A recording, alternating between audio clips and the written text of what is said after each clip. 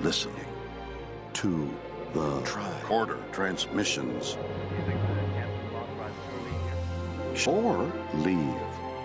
Episode 12. Just what the doctor ordered. Right, doctor? I couldn't have prescribed better. Thanks for joining us for the Tricorder Transmission Shore Leave. This is the second part of our Las Vegas convention wrap-up, and we've got another awesome panel lined up for you. I am Jeff Hewlett, as always, and here with me is my wonderful co-host, Heather Barker. Howdy. Howdy. Well, that is not an enthusiastic howdy, Heather. Where's your game face? I'm trying to put it on. Yeah, well, put it on. We're going to give you a 3 count to put that game face on. 3, 2, 1. Game face, Heather. Go. Aloha. All right, that's a little better. That's a little bit better.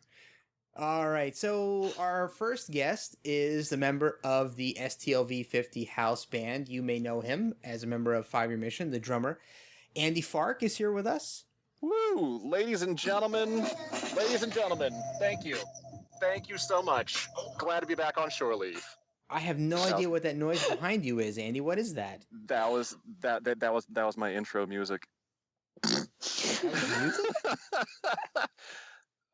Okay, well, I'm little bit of Run the Jewels. all right. Come on. So, moving right along. You can't from that. Yeah, I think I can. So, next up can. is a first-timer on the show. One of our listeners and very, very good friends from the convention, Mr. Josh Duffy, is here with us tonight. Josh, how are you? I am fine. Hi, everybody. I don't know how I'm going to follow Andy. I don't have music. That's okay. You're in a hotel room. That's right. Yes. None of us are in hotel rooms right now. See, Josh is in a hotel. I'm in my car, parked on the side of the road. Again. So I think a hotel room trumps parked car. Yeah, but where is the parked car? That's the question. Downtown by my gym. You know, the hotel room does trump that. If you had a more exotic location, Andy, maybe it would be better, but... I can drive around until I'm somewhere more exotic. Okay, feel free. Feel free. Josh, where exactly is your hotel room, by the way, if you don't mind? I am in San Francisco by the San Francisco airport. Very cool. Staying at a loft hotel. Business or pleasure? This is business. I'm here for a 2-week trip. What, 2 Wow. weeks? Good Lord. Yeah. I hope you're solving the world's problems in 2 weeks. No. That's a lot of commitment for a business trip. Much pressure. And finally, we have one more guest for you. Once again, it's the Paramount Connection. The one and only Adam Drosin returns to shore leave. How are you, sir? Aloha. Shalom. Howdy. Jesus. What's with the Hawaiian greetings tonight? Well, I've got 99 days, so. Shaka bra. It's great to be back. Are you on a rooftop again? I wish. Since we're all just going around the horn, I am sitting in my car, but I am in fabulous Beverly Hills 90210, baby. Oh my God. Man, I feel compelled to go get in my car right now. If I had it'd be cool. We'd be the fleet, you know. But if I had a drop, as Fark did, it'd probably be the 90210 theme. But I'll spare you my acapella rendition for the time being. Next time. Why would you spare us from that? I mean, I can drop in the actual theme, but I think your acapella rendition might be better. Ba-na-na-na, ba-na-na-na. I said I'd spare you for the time being. So. Well, I'm leaving that in, by the way. That's not being edited out. You guys, going back on shore leave is always the highlight of my month. Well, we're going to ask you in a little bit about your appearance on another podcast, but it's very nice to hear that you're happy to be back with us tonight. Always. All right. So we've got a lot of conventions still left to cover. We did a lot of talk on our previous episode about all of our memories and the rest of this Tricorder Transmissions hosts memories of the convention and things that we did and the cosplay and all sorts of other things. But we've got a whole different panel tonight with a bunch of different stories to talk about. So I'm not even sure where to begin. Heather, what do you think? Where should we start? Oh, goodness gracious. Hey, Andy, did you have a good time? Wow. Oh, such such hard-hitting questions from Ms. Barker over there. I had a great time. Lots of weird little backstage stories, lots of goings on with room parties and hanging out in the bar, and I kind of skipped out on Masquerade for the most part this year. A little less time there than normal. That's something that we talked about the last time, and just I like know, how because I'm a listener. The vibe was not quite there or whatever. So yeah, I don't know. Josh, did you? Well, this is like your third, right? This is my third, right? Okay. I don't remember. Did you hang out at the bar in past years? I did not hang out much at the bar in past years, and I thought I was going to this year. And because I ended up, hanging around with you guys quite a bit, I didn't hang around at the Masquerade bar much. Interesting. Drosin, what about you? Do you think there was a different vibe this year at the Masquerade? I think it's interesting because if I recall, when we were talking about it prior to the convention, we all had this thought of, oh, it's going to be a freaking zoo. It's going to be like the, the Mark of Gideon when they're all just like shoulder to shoulder. And it really kind of wasn't. I mean, I don't know exactly what it was. I mean, it was cool. The one, I remember a couple of fun memories coming to mind. They were showing TNG on the screens for like the first time I've ever seen them play Star Trek there. So that was kind of fun. Yeah.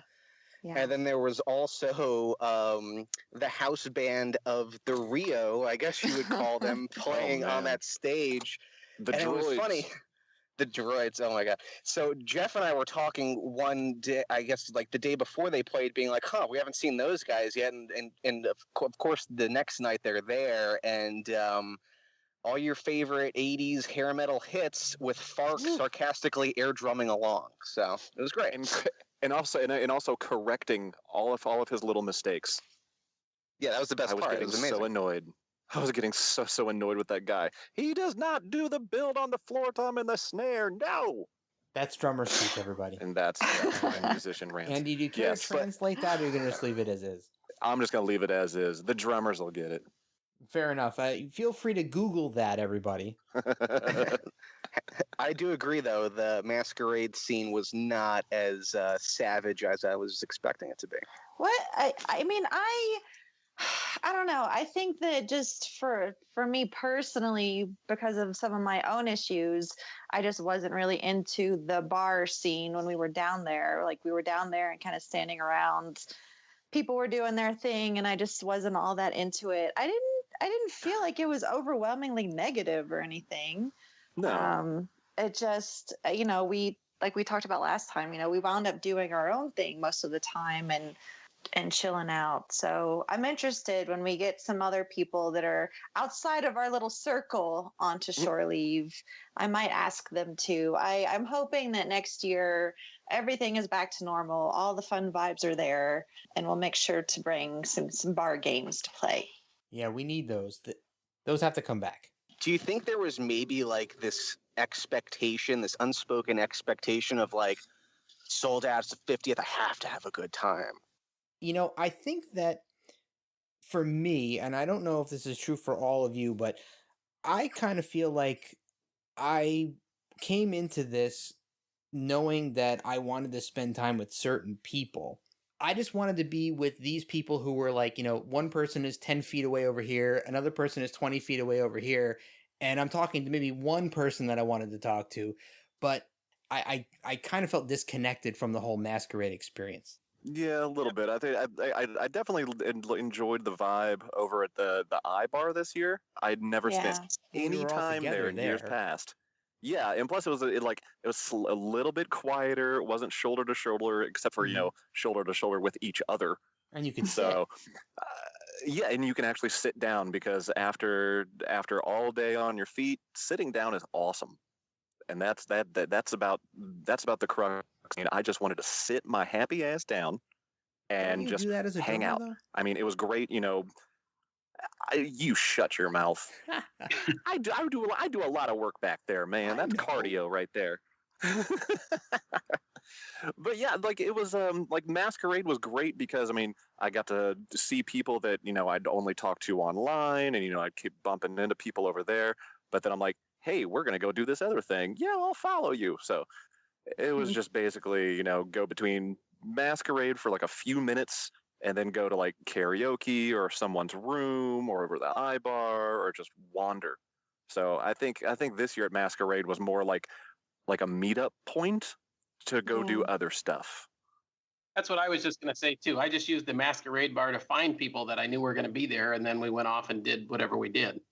Right. Interesting. Yeah. I think that's really interesting overall, that with what you said, Jeff. I mean, I'm kind of in the same spot. I mean, for me, like I wanted to see everybody. I threw it out there, our listeners, people in the unofficial group. I was like, come and say hi to me. I want to meet as many people as possible. And then I think by the time the evening rolled around, I had so much socialization that I felt much more comfortable with, our smaller group, who I know I can be cranky around and no one will care. So I think that you might have hit the nail on the head there for me too. And a lot of it was just I kind of wanted the comfort of the people that I'm really, really close to versus having to navigate conversations with people I may not know as well. So yeah, I think that makes sense to me. Drosin, how do you feel about that? It's Lots of sighs, by the way. I don't know, man. Like it was a great time. That was I kind of the question I had posed before. I think was kind of if there was any sort of weird vibe that I picked up on, it was this sort of implicit vibe of like, just I need to have a good time. I spent so much money and I came here to have a good time. I have to have a good time, and I had a great time. And it's like I'll talk a little bit later on, about why I think people kind of get hung up about certain things, like, the anxiety of not just wanting to, be around.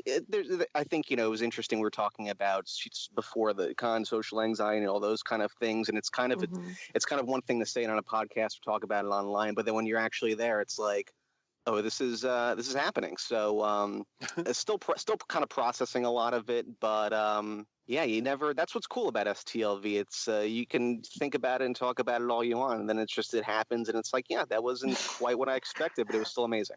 Yeah. Right. We don't want to sound like Debbie Downers here talking about the vibe at the bar. I mean, I think all of us, from what I know, still had a really phenomenal time. I just find it really interesting that it keeps coming up among people about these vibes. So I'm curious about your thoughts, Adam, when we talk about the pressure of needing to have a good time.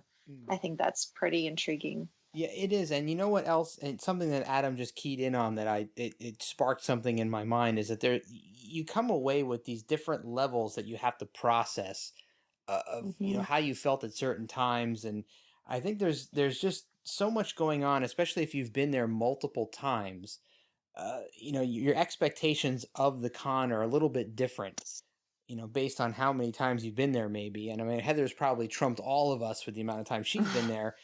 But, for me, it was my third time being there. And I think going into it, my expectations of my third time were very similar to what happened in my second time, even though I didn't expect what happened in the second time to be what happened in the second time. But I expected to relive the second time, and that's really unrealistic. Yeah. Can you say that again a second time? No, I can't.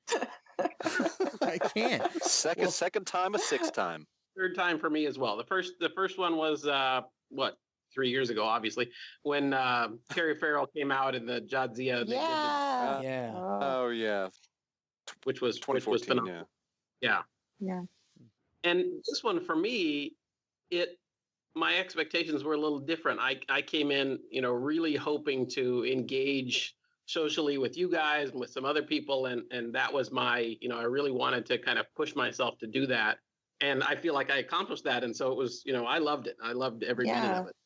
Yeah. You definitely did accomplish that. You came to the Tricorder party. I came to the Tricorder party. I stalked you guys everywhere. Yeah. Let's not talk about stalking. Yeah, let's not. So let's go to a more positive topic. Let's go. Andy hinted earlier that he has some cool band stories from their second time as house band. So Andy, regale us with a very cool band story. All right, I have 3 for you, and I have titles for them too. Okay, cool. So are you ready? You ready? We're ready. All right. Mike Okuda's Rubber Penguin, Brent Spiner and the Attack of the Bathroom Shrimp, and and Kate Mulgrew says get off my lawn. Do we get to pick which one we want to hear? I can tell you that the Mike Okuda and the Mulgrew stories are real quick. The bathroom one is probably the funniest one by far. Okay, let's start with the bathroom. That made me laugh the most. What made me laugh the most? The bathroom ones, of course. No, I'm saying that one did. That one made me laugh the most, so that's the one. Oh yeah. I haven't heard any of these. Okay. Let's do the bathroom one. Well, okay. Real quick though, Mike Okuda caught Chris and I doing our daily warm-ups backstage, which Chris and I dubbed Rubber Penguin, which is basically just bouncing foot to foot and just being real loosey-goosey. And he was like, this is hilarious, and got us on camera doing the Rubber Penguin warm-up. And I thought that was hilarious. And then Denise Okuda comes walking back, and she's like, "What are you guys doing, Rubber Penguin?" And then of course she actually wound up joining us, which was hilarious to see Denise Okuda doing the Rubber Penguin with us. They're so adorable, both of them. They are hilarious and great. They were actually our first like Star Trek celebrity fan. It's like way back when we first started the band and first released year one. They found us on Facebook and started messaging us, and we're like, "Oh my God, the Okudas are messaging us!" And so that was pretty awesome. And now every single time we see them, they're just hilarious and ask about the family and everything. So they're pretty awesome people. But okay, the bathroom stories. The way it's set up backstage is that like the celebrity green room is to the left, and the door that's like a foot to the right was our green room, which was much smaller. It's basically just one open room, probably like 15 by 15, and a bathroom. And so if there was somebody in the celebrity green room bathroom, they'd come over and knock on our door to use the bathroom. So we joked that we should have like put like a sign-in sheet so that every single person that came in and used our bathroom, which was everybody that wound up on stage that weekend, we would have every single celebrity autograph from the convention. After a while, we ended up putting a sign on the door that said number 1 $3.99, number 2 $5.99, and then option 3 was all you can eat shrimp $29.99. So the one and only person that actually like everybody laughed about it, but the one and only person that made a joke about it was Brent Spiner, and he just was cracking up as he went into the bathroom, came back out, and he's like licking his fingers. He goes, "That shrimp was delicious," and just walked out of the room. Didn't wait for a reaction or anything. The one and only time we actually had to leave the green room for someone to use the restroom was when Nichelle Nichols used it, and then she also wound up having dinner in our green room, so they had to kick us out for that too. It's a good reason. And I was like, wait, who's in our green room, and why is the door all of a sudden locked, and there's security outside? And I was like, hey, I just need to grab something out of my bag, and there's Nichelle Nichols eating like a giant piece of chicken. How big was it? It was pretty big. You don't get this insight from other geek rock bands out there, okay? It might have been. Adam, do you have any fun memories you'd like to share from the con, since we haven't been able to catch up with you yet? It was great. One of my favorite memories of the convention was like one of the first thing I did when I got there, since I couldn't check in until 3 p.m, was I had lunch with a couple of New England yahoos called the Trek Geeks, and we had some burgers, and that was a really fun way to kick off the convention. To sound like a broken record, eating pizza and watching Star Trek. That was great. What can I say? I'm a man of simple tastes. So I have a question about something that was fun. I was listening to another very new podcast that our good friend Jordan Hoffman is hosting. And surprise, it was Drosin and Jim were both on the show. So how did you wind up getting, it's like, it's the official Star Trek podcast, guys. So tell us about that. How did you get onto the podcast, etc.?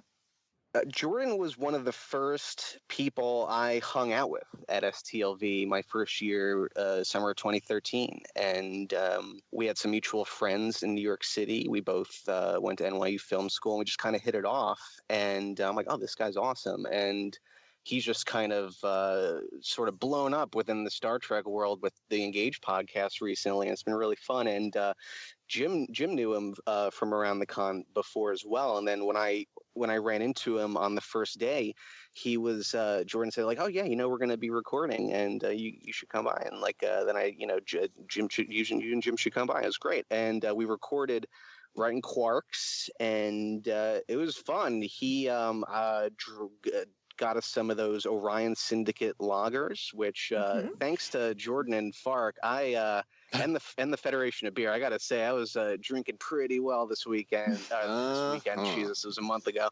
No, it was great, and it was just I recommend everyone check out the Engage podcast during the con, because he interviewed a lot of really cool people like the Women at Warp, the Trekkie Girls, John Van Sitters, and it's really fun. Just it's like this. Just getting to hang out and talk about the con. But while we were in the con, we got into some weird, fun, deep cut trivia, and it's great. And he's still every week they're still coming out with new interviews that he recorded just so much. I know the one that I'm looking forward to that hasn't been released yet is the Trimbles, Joe and John. Yeah. So it's going to be really good.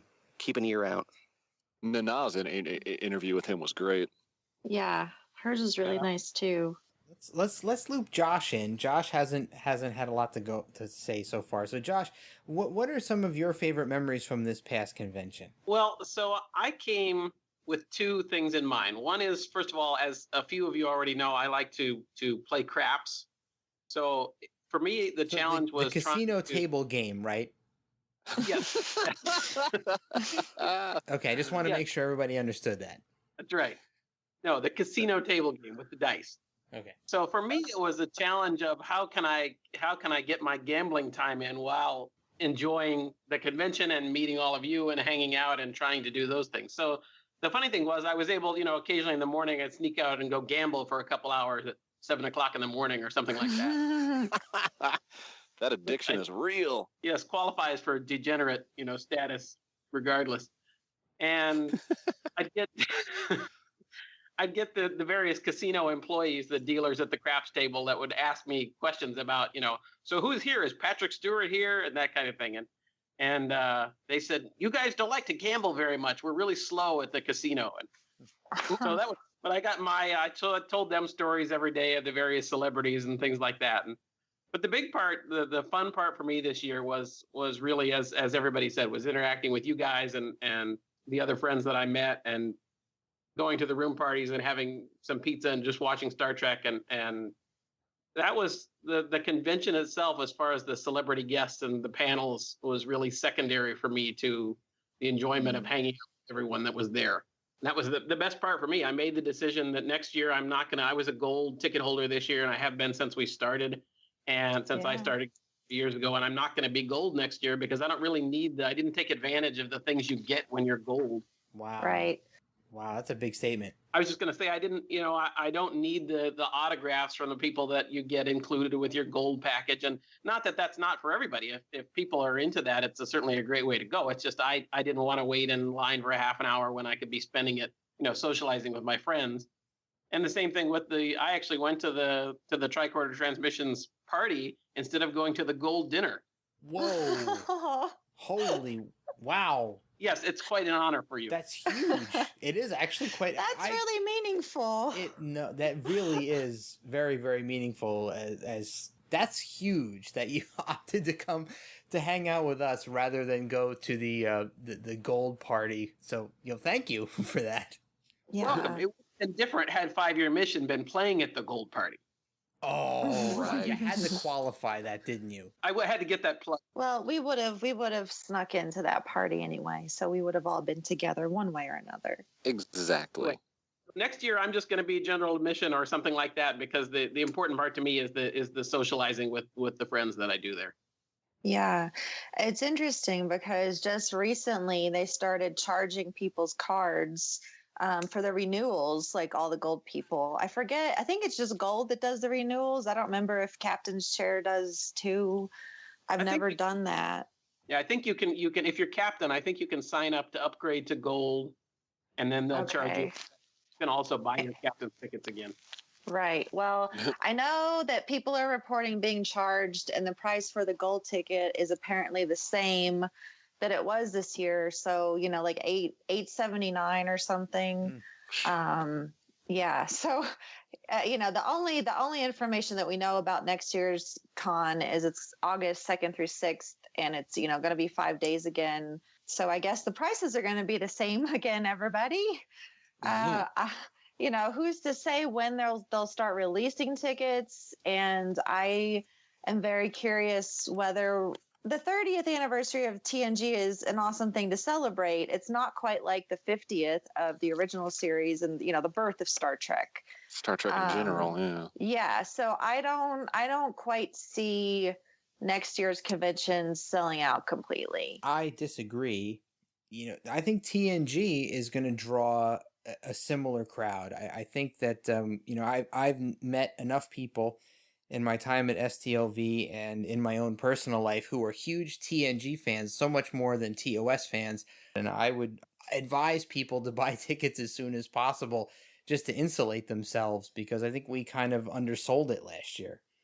Yeah, I think especially if they, like, the earlier they wind up announcing Patrick Stewart's actually going to be there, people will probably start snatching up tickets left and right, because people were just complaining so much. Why isn't Patrick Stewart here? He's in a play. Yeah, I understand that, but why isn't he here? Somebody brought up, I believe, on the last episode of Shore Leave that this will be the first time, since 2004, that there's actually been a, Star Trek in production on television during the con. Yeah, good. Yeah. So that may have an impact as well. I think it will. Sorry, Jeff. I don't think it's going to sell out like this one did. Regardless, I'm really not confident that they're going to release like the discounted tickets again, the Gold Star, Groupon. I know, like when we were talking about before this convention, we were pretty adamant about, that's not going to happen. And we were right. It did not happen. So my game plan is still going to be to buy General Admission when General Admission gets released. I don't care. Like I have no interest in going back and forth about the value of the ticket, because as I've said 500 times, the value of this convention lies in the people. And frankly, I'll kind of, to a point, I will pay whatever I need to pay. If it comes down to it, I will just not buy a ticket and just hang out with my friends outside of the convention.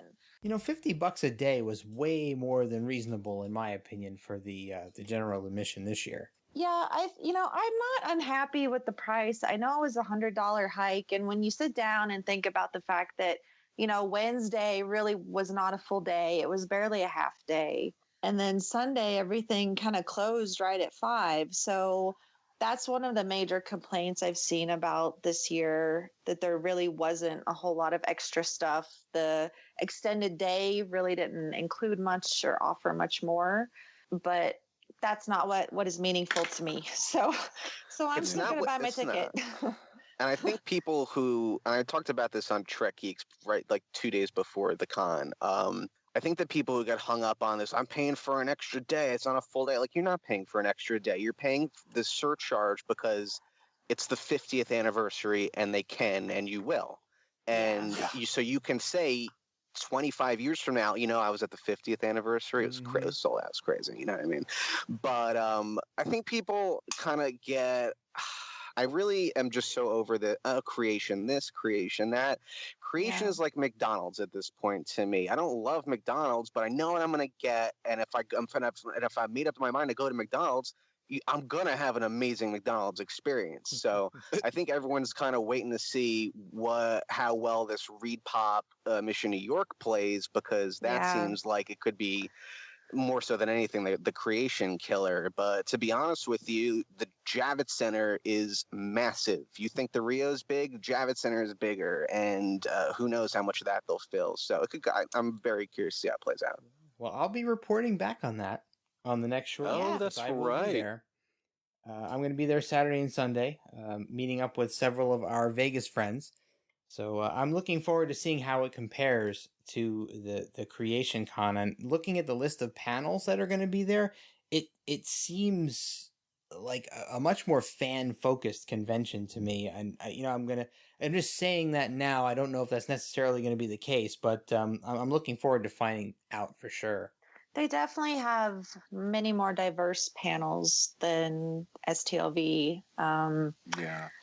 Really, I think the most meaningful thing for me was seeing Women at Warp and the Women in Trek panel on the main stage. Like, how long has it taken to get them on the main stage? So it was phenomenal to see them up there this year. But I've talked about my panel ideas in the last episode, and like they're all happening at Mission New York. So I really wish that I could go to that and see those panels. I did hear from a little bird that there is a push with Creation, and it does look pretty likely that there will be a bit more diversity in some of their panels next year. That would be good. Yeah. That would be very good. Yeah. Well, I think there was an onus on them for the 50th to have a lot of TOS related panels at the con. I think that may have dominated their schedule. I mean, I'm glad that they added the extra Roddenberry stage in Quarks. I think there was some really cool stuff there. I don't know what they're going to do next year with the TNG anniversary. I don't know if they're going to kind of default to doing TNG specific stuff because it's the anniversary, but I hope they take this advice to heart, because I think that the convention would be much, much better if we had more fan-focused and more diverse stuff on all of the stages. Yeah, agreed. I mean, especially with that whole like so many people complaining about like the half day and everything like that. You can make that a full day by spreading out some of these more like fan-focused panels, and then plus with Discovery coming out and everything like that, you're going to have a lot more things to fill. So, I mean, I have a feeling next year we're probably going to see 5 full days. That would be ideal. I hope so. I hope so. I kind of struggle because on one hand, I feel like Creation has listened to us and has improved the experience in the last 3 years, at least. Bringing in all those photo op things, the Borg regeneration chamber, the Guardian, all that. But just improvements, like they improved their HD screens and their sound system. They had a bar at karaoke, but oh no, it's only a cash bar. Let's complain about that. Sorry, guys, there used to be no bar down there. Okay. Yeah. So they have over time made improvements. On the other hand, I feel like they are very ignorant to what we want, and ignorant in the way of even knowing and not caring, because people do email them with suggestions just like I have. And a lot of people tell me comments like coming straight from people from Creation that basically imply that they don't care. Like they thought that all the people they had on the list was good enough this year. Again, I don't quite care about the guests, but a lot of the other people who attended the convention were there for the guests and did not feel that the guest list was up to par. And I can't really argue with that. That whole vibe of we don't care extends in a bigger way that I find kind of troubling. It's this vibe of, yeah, we've been doing it for a while. We know how to do this kind of show, okay? Like, back off. It's a little bit self-congratulatory. It doesn't help that Adam hosts so many panels, and they were smart this year, and they got Scott Mance to do more than 1 or 2. Yeah, and he was great. He was fantastic. Yeah, Scott's great, and if you haven't gotten a chance to kind of one-on-one with him outside of just seeing him on a panel, the nicest guy, lovely fella, nice. And just loves Star Trek. Great call to bring him on. Infectious too. Yeah, totally. Well, because on Sunday when they introduced us for the final time, we actually Scott Manced out onto the stage with his whole little running side to side on the stage and everything, with the high knees and the arms out, and of course we were like, oh man, Scott's not there. And sure enough, he's right in front of the stage going, this is amazing. But guys, isn't not to take us too far out of the con, but isn't this kind of the mantra of the day where company X doesn't care about its customers or its fans. Don't we hear this about just about every big company out there Absolutely. today that people like? I mean, you always hear things about, like, oh, Apple doesn't care about its fans, or Microsoft doesn't care about its fans. But Yo, I mean, yeah. it's always the mantra that people who are even slightly dissatisfied with some experience or some product, that they take to social media in droves and just make it Yeah. seem like this company really doesn't care. But, I don't think that that's necessarily the case, that creation doesn't necessarily care.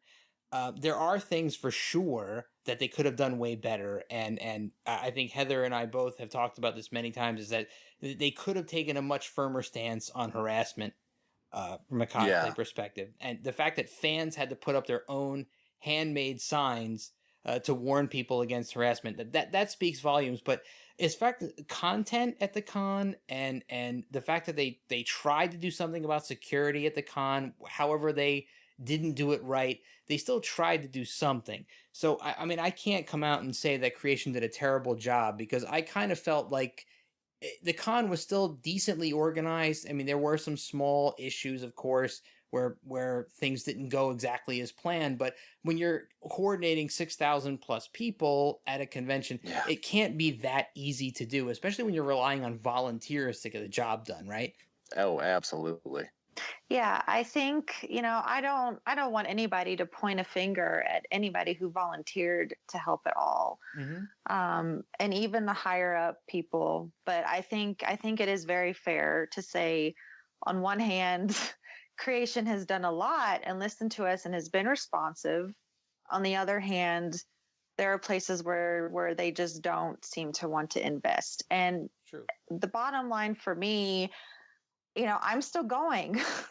I'm still going because the convention is not about the creation experience to me. It's just about seeing all of you. So at the end of the day, it's not something that I feel like I have to pursue with all my might, but I don't want to say that people who weren't happy with their experience were wrong, because I think they had every right to have many of the grievances that they did, especially people with disabilities. Like there's nothing, there's no support, there's no structure there for people with disabilities. And that's something that I've seen come up, across the board in other groups, and that people are taking action. So, creation does a lot of things well, and they do a lot of things not well. And a lot of us had a wonderful time regardless of any of that stuff. And I think the people that didn't, they have every right to be dissatisfied. For a lot of people, I have to remind myself that the convention is about the guests.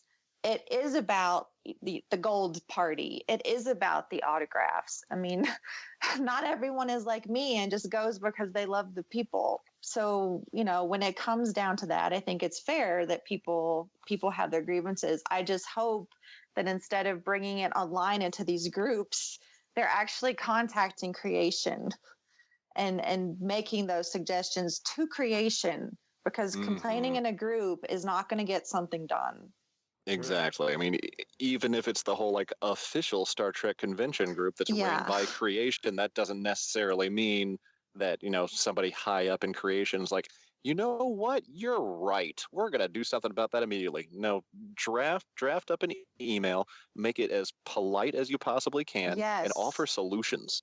That's the thing. Don't just complain and throw complaints at them.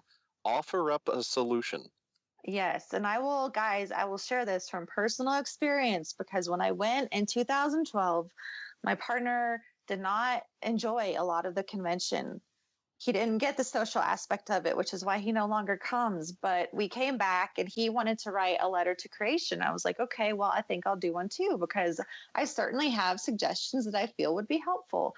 He writes his letter, not a very nice tone. I write my letter. It was very constructive. It was very positive. Guess who got a response? Exactly. I mean, it's, being overly negative and rude and dismissive is not going to get you anywhere. Well, they're human beings, you know. Yes. They may seem like a faceless corporation, but they're human beings, and the person on the other end of that email is absolutely in no way responsible for what happens at the convention.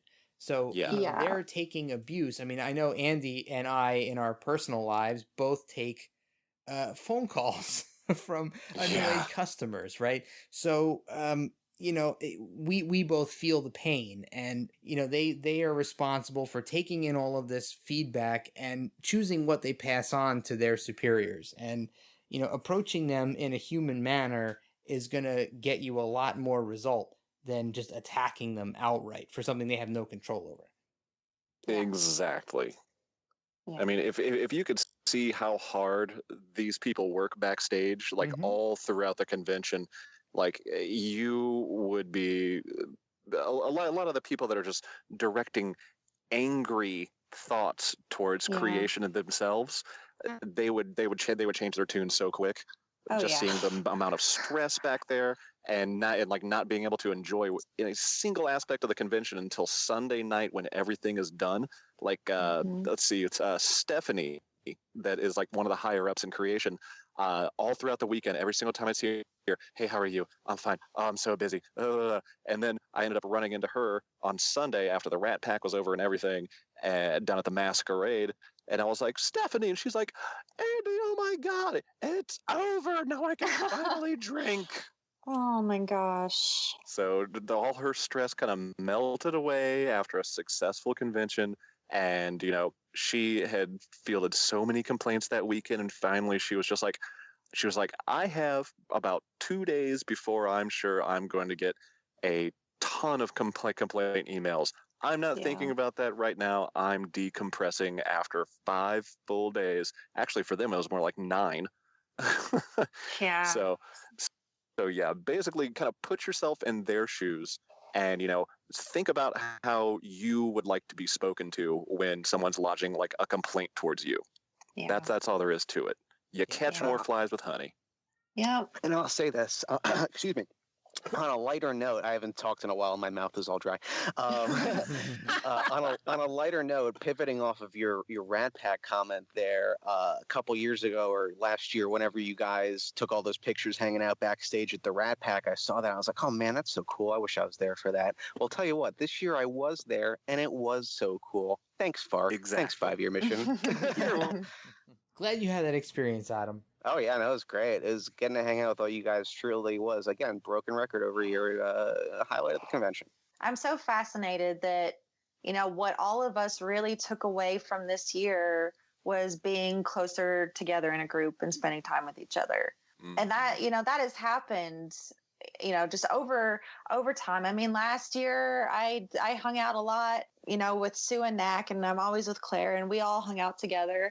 And then this year, I just feel like, you know, our friends as a group bonded more. And it's just, it fascinates me that the sociology of the Star Trek convention and Trekkies and how people experience the convention in general, and how, you know, there are people like us who, you know, really gravitate towards each other and fans. And then there are people, like I said, who go to see the celebrities, who go to get the autographs and the memorabilia.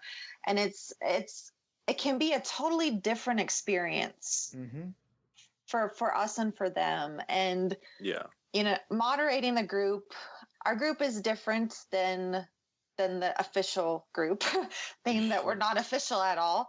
But I like to make our group a positive place. So admittedly, I won't always allow some of these really gripey, complaining, negative things to come through, because what I find is that they just bring everybody else down. But all of the comments, like everything that I've been reading in the group about people's experiences, what they took away, it just fascinates me. And there's just such a melting pot of fans, and how we experience the convention is unique to all of us. And it's just really interesting. I really want to talk to more people about their experiences this year, like outside of our group. I want to know if our listeners, if other people also found that community, or if they experienced the convention in a different way. it's really evolved for me since 2009.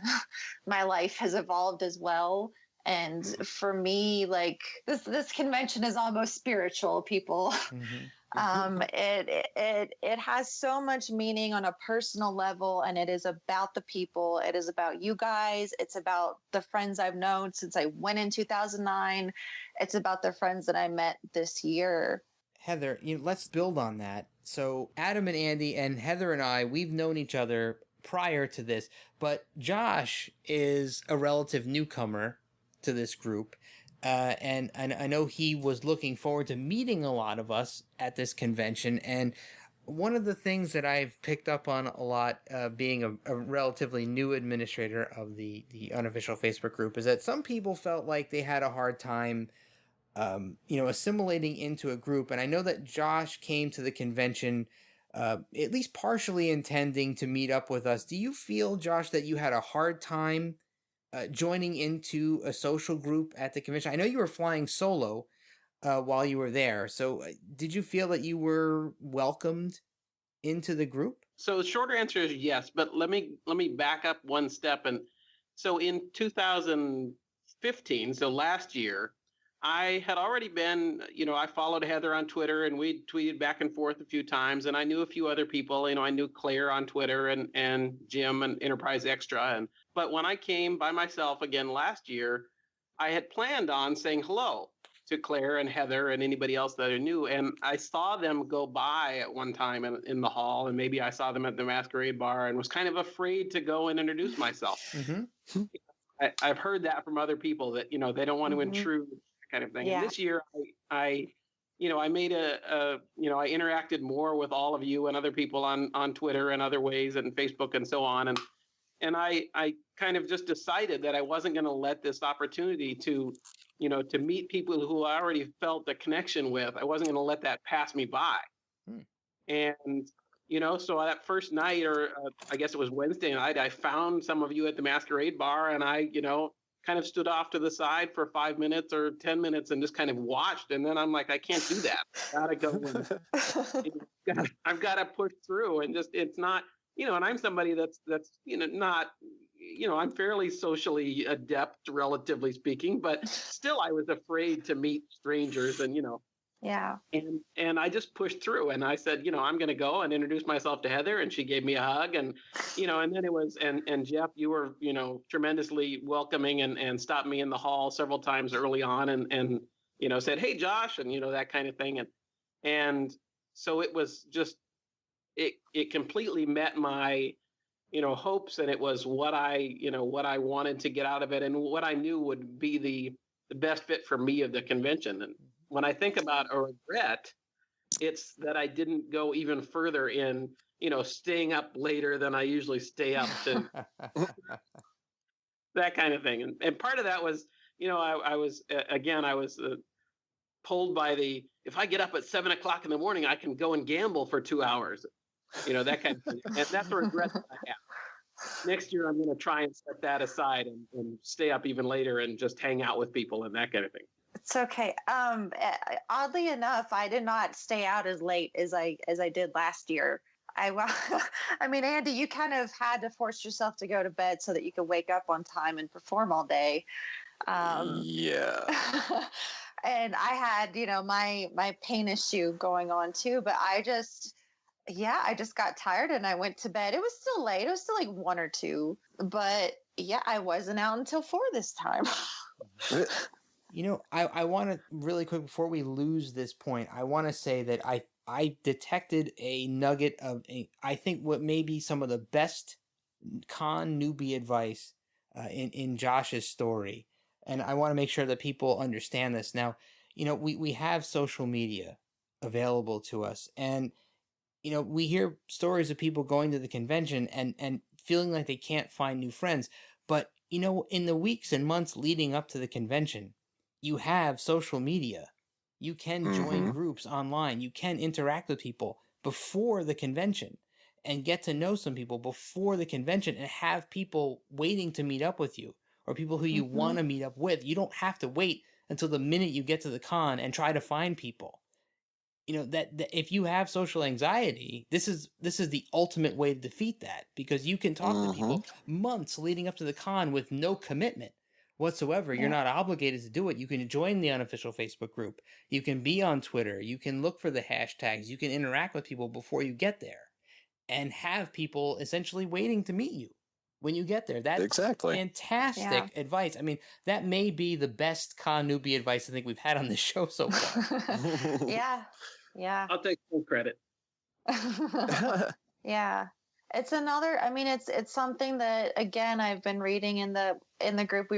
We talked about it before we went to the convention. We're still talking about it now that we've come back, and people still say that they have difficulty coming up. And, I understand it's not easy, but I think the bottom line is that you have to push yourself out of your comfort zone. You have to put in the effort and challenge yourself. And, doing this, being in these groups, our unofficial group, heck, I'm in, well, now our 50 by 50 fitness group is Body by Starfleet, everyone. Yep. Wow. Yeah, working on Body by Starfleet.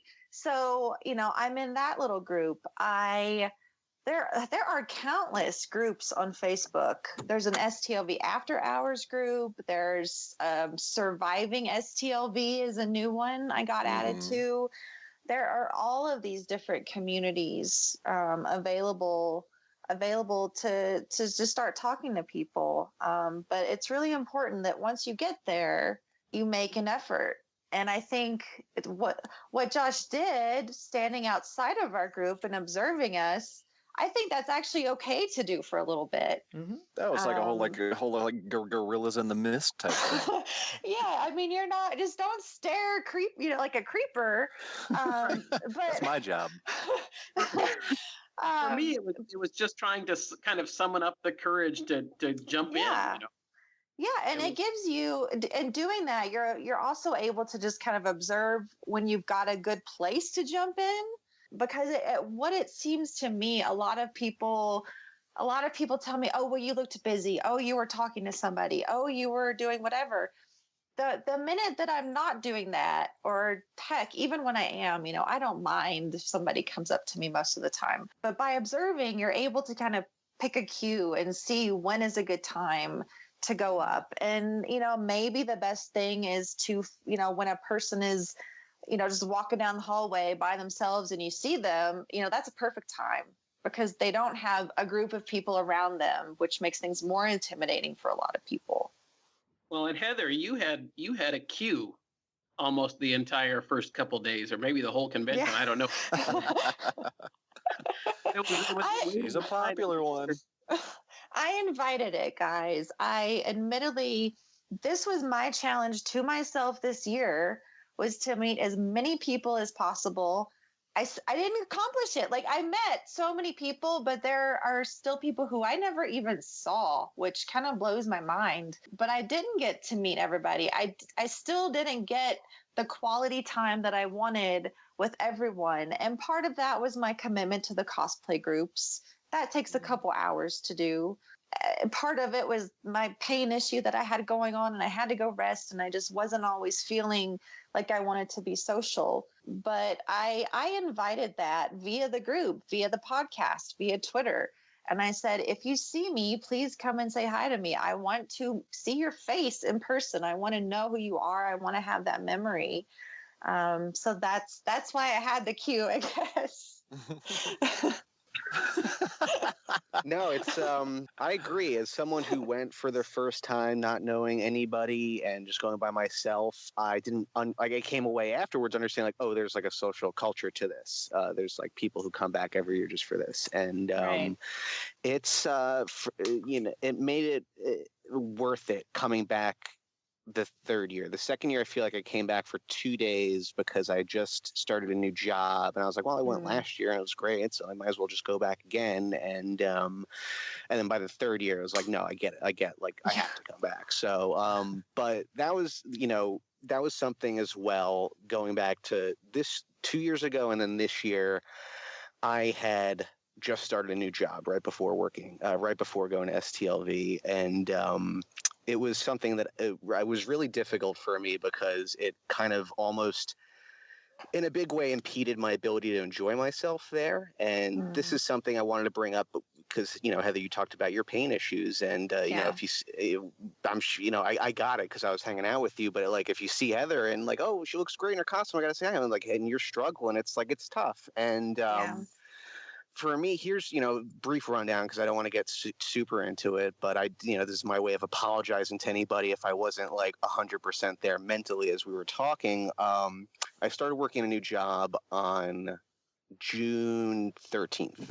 And I told them the day I started working, like, listen, 2 months, a month and a half, I'm gone for like a week. This has been in the works for a year, so is that cool? I'm like, yeah, it's fine, whatever.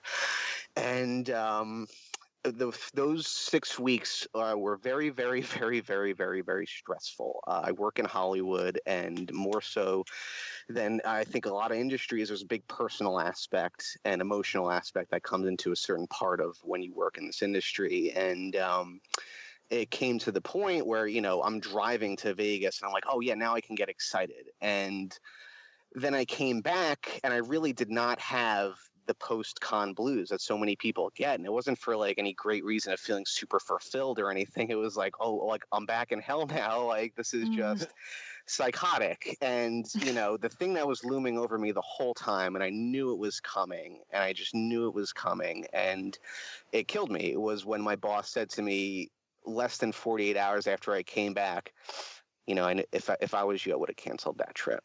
I was like, oh, God. Oh, God. I was like, you said the day I started working. You know what? I don't want to get super into it, though, because I did have an amazing time. But if I was abrupt with anybody, I apologize. If you see somebody and it looks like they're struggling with whatever reason, it's, again, it ties into this thing, I think, that I didn't really kind of fully understand until I got there. And I was trying to like compartmentalize that and enjoy myself was like, yeah I kind of have to have a good time. I really want to have a good time or else, what the hell? So it's that, there you go. So something to think about.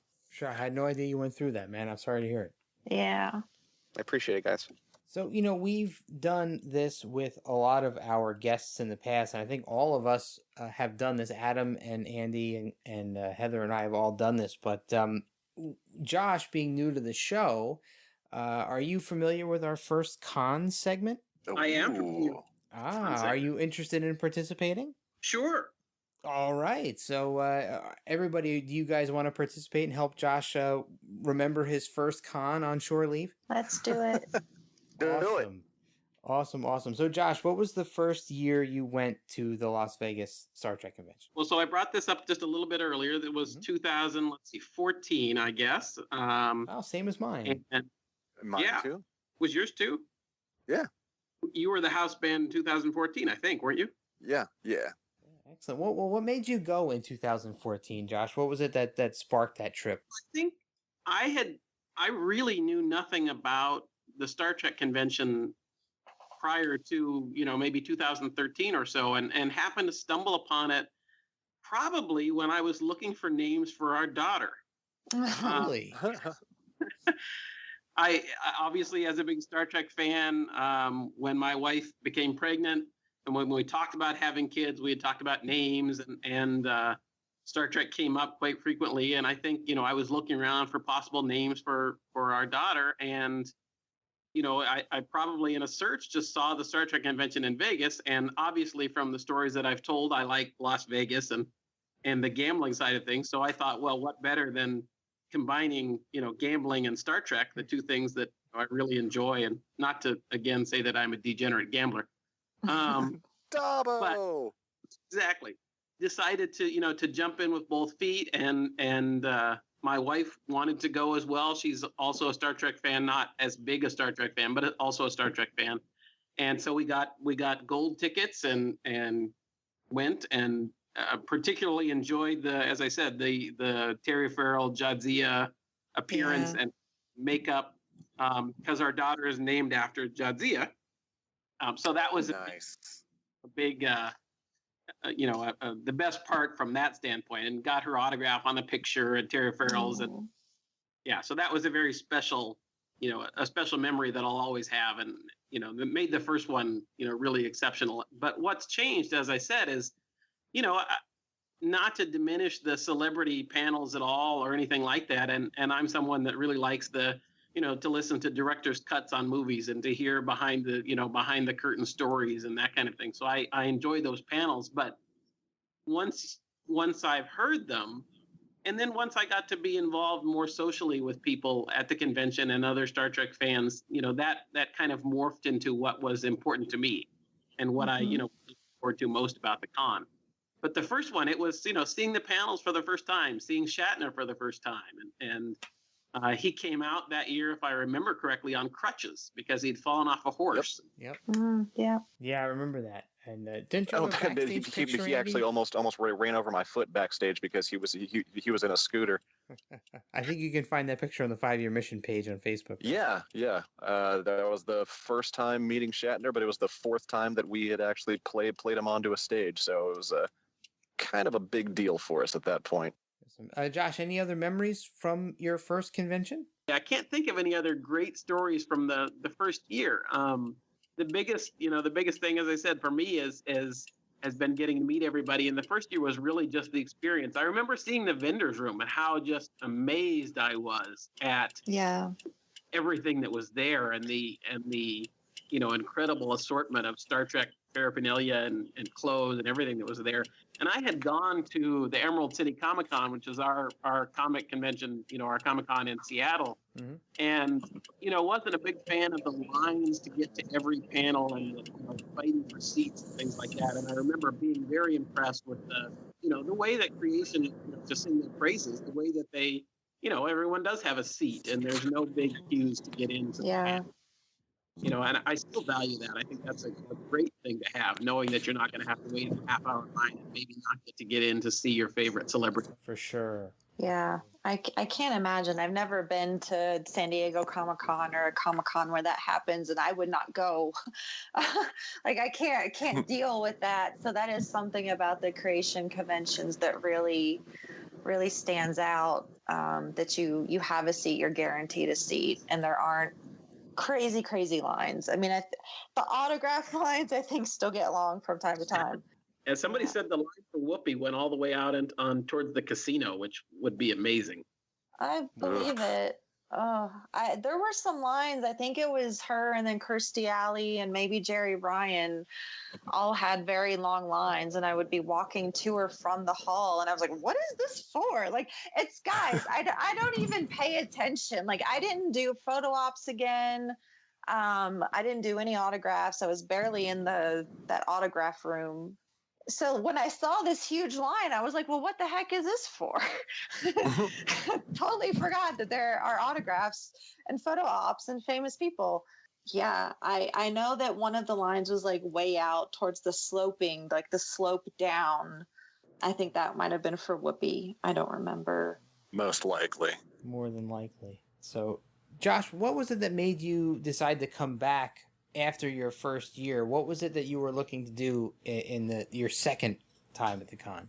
Well, I think I knew soon after the first one that I was going to come back because I really felt that it was, not to be too corny, but that it really felt almost like home to me. It was, like the same things I liked and seemed to act in some of the same ways and, things like that. But I also knew that I was going to come back by myself for the second year. Wow. And, about that time, somewhere after the first one, I started, probably soon after the first one, I started, learning about the STLV hashtag and, things like that. And when I somehow stumbled upon Heather on Twitter and, she and I, as I said, tweeted back and forth and other people like that. So I think as year two came around closer for me, it was the idea of, engaging more. And my regret is that I didn't, as I said, do much more. No, that's why I made a determined effort to do it this year. But circling back really quickly, as we were talking about my first con, just one more story. The two biggest memories that I have of kind of unconventional, fun first con stories were, and I think this might apply to a lot of people. Some of the best celebrity moments are the ones that aren't, the ones that are not scripted. And I ran into Max Grodenchek Just wandering. Love Max. Yeah, and we talked about our kids, my daughter and his daughter, who are about the same age, and we spent a good 15 just telling kid stories. I gave Garrett Wong change for a 20. Things like that make it kind of fun, because you do, as I think somebody has said on a previous, episode, that the celebrities are wandering the halls, and as we said, they were in the iBar with us, and you have opportunities to interact with them outside of the panels, and sometimes that's even more fun. For sure. I really love, like, I listen to your stories about your 3 STLVs, and I think about how my experience has changed, and I was very much the same way at the first one, overwhelmed with the vendor's room, and it was so amazing. And then I went to so many panels, which back in the day, they had like the entire cast up there together, which they did for the Voyager reunion last year. But in the past, like, they would do that for every single cast. They would have, not like every single actor that was in TOS. Actually, they didn't have any real TOS panels, but they had like the TNG cast, the Voyager cast, Enterprise cast, DS9 cast all together on the stage at the same time, which was really, really awesome. And now they've kind of split it up into groups. But the evolution of my experience has been very similar. It just happened over a longer amount of time. And it's the story that I hear from so many people, and it's awesome. So thank you. It made me have some memories and made me think of my time since 2009 and how it is my home now and with my family. I think it probably resonates with all of us, and I'm sure with a lot of our listeners as well. Yeah. And I think it's good to remember, and we've said this before, but your experience does change year to year, and it may take a year or two to really get that sense of family. I think that as long as you attempt to engage with other people when you're there, you're gonna feel like you're among your tribe. That feeling only gets stronger as you get to know people and make friends and go back. And that's how my story evolved. Is I've just made friends primarily through social media, through the group, through Twitter. And so those are people that, every year as I've gone back, I've been like, oh, well, I've got to meet these people. I've got to meet those people. Sue and I have been going, she started going in 2008. So we've been going around the same time, and we didn't really get super close until the last couple years, which is awesome because she's just a wonderful person and I'm super happy. But it takes time. And like, I've known her for so long, but we didn't get close until recently. And you'll find that as you go, is, some people you may get close to, and then those people don't come back, which is apparently going to happen next year.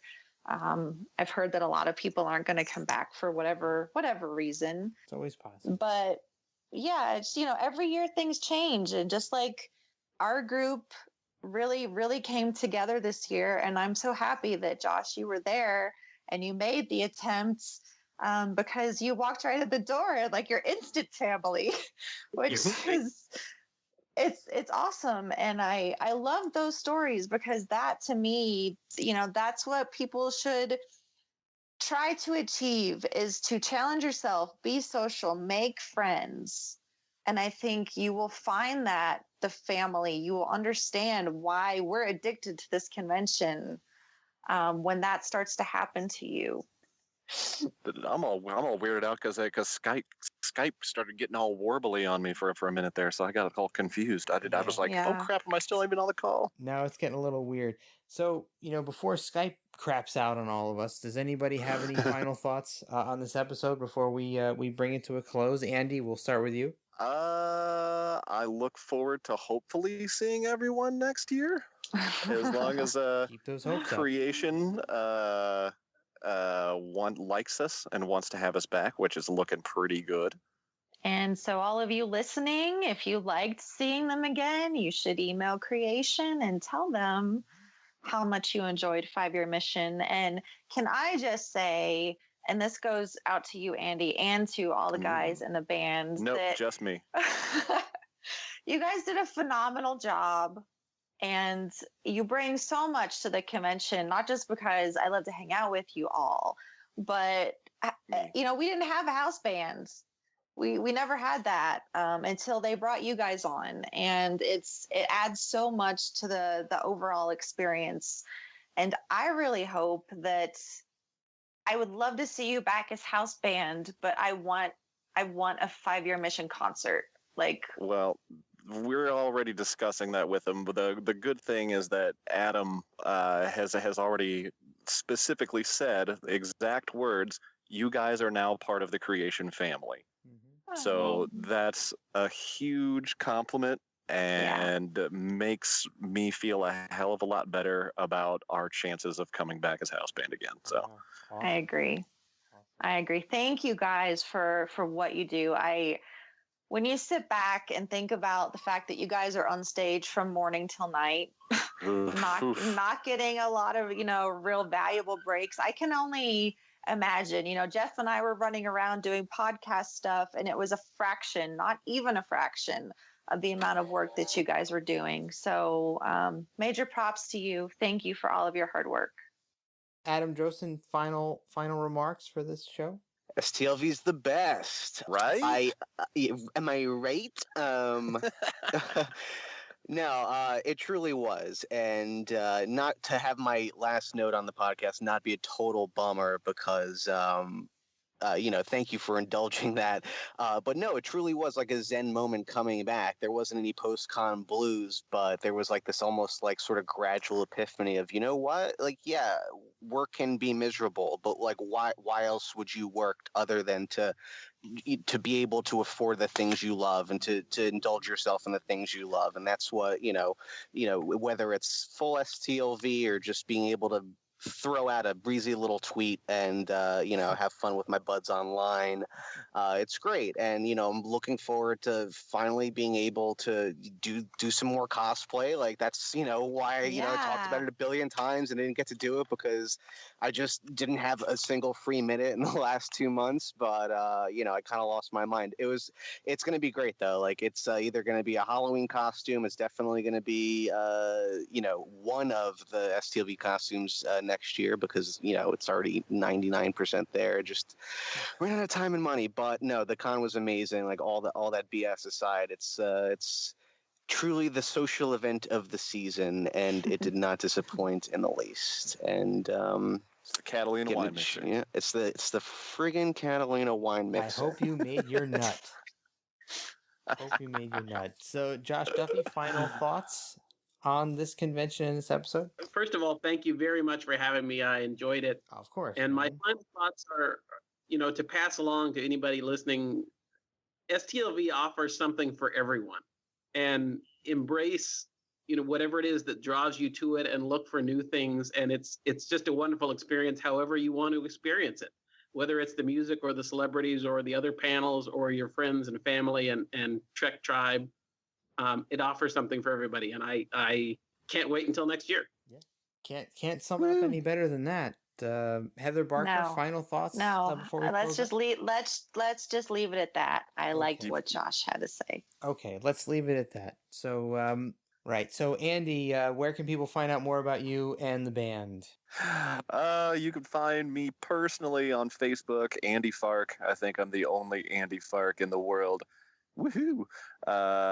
You can also find me on Twitter at Andy Fark. So simple.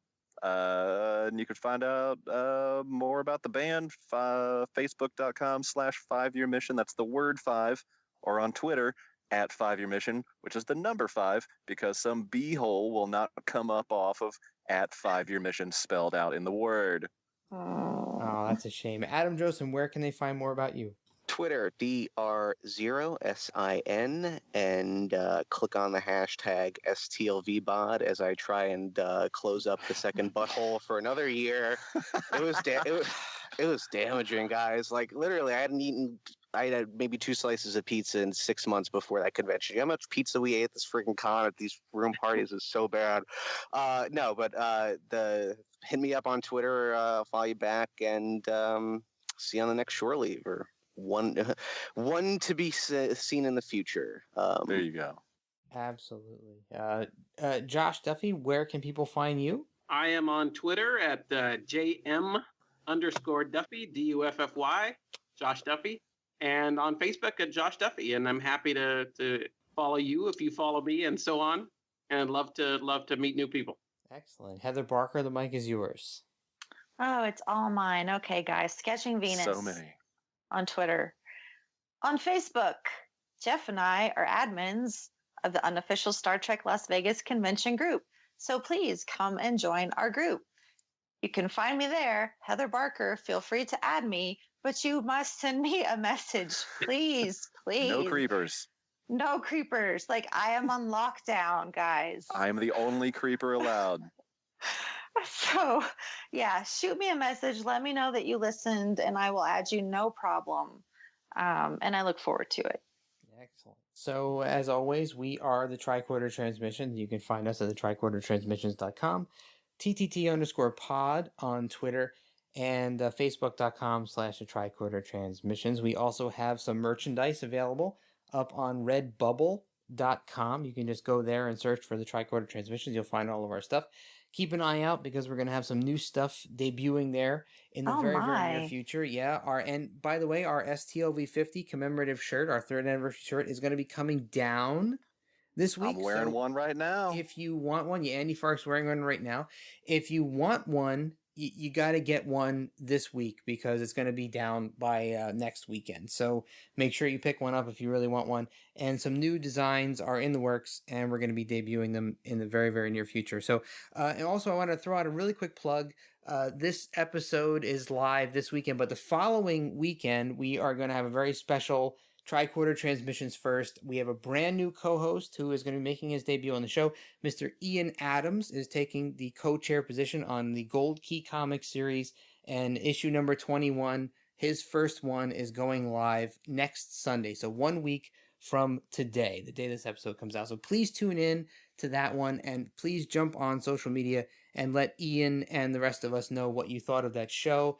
We're very, very proud to have him on board. He's a very, very good friend of ours, and we met him at the convention. So a lot of you probably know him from the Facebook group as well. So welcome Ian to the show. And thanks, of course, for listening to this episode of Shore Leave. We'll be back with another one. But wait, one more Yes. thing. Yeah. One more thing, because I totally forgot to bring it up. Mm-hmm. We might be doing something special coming soon. Oh, well, you know what, Heather? That's a good point. We actually might be doing a couple of special things. I don't know if we want to drop all of those cards at one time, but I think we have two big new Tricorder Transmissions things coming down the pike. One is a Shore Leave related one, and one may or may not be a brand new series. With a brand new co-host. What? I don't know if we want to drop all those cards right now. That may be enough. What do you think, Heather? I think we'll leave it at that, and you'll have to listen to the next Shore Leave to find out more. Oh, yeah. We're masters of mystery here at the Tricorder. Literally can't even right now. Hashtag can't even. Can't even. But yes, so keep yourselves tuned in to us. We'll let the cats out of the bag in the very near future on both of these big announcements. Thank you, Heather, for reminding me to flip both of those a little bit. So again, thank you everybody for tuning in to this episode of Shore Leave, and we'll be back again next week with Mr. Ian Adams and our next Gold Key Comics episode.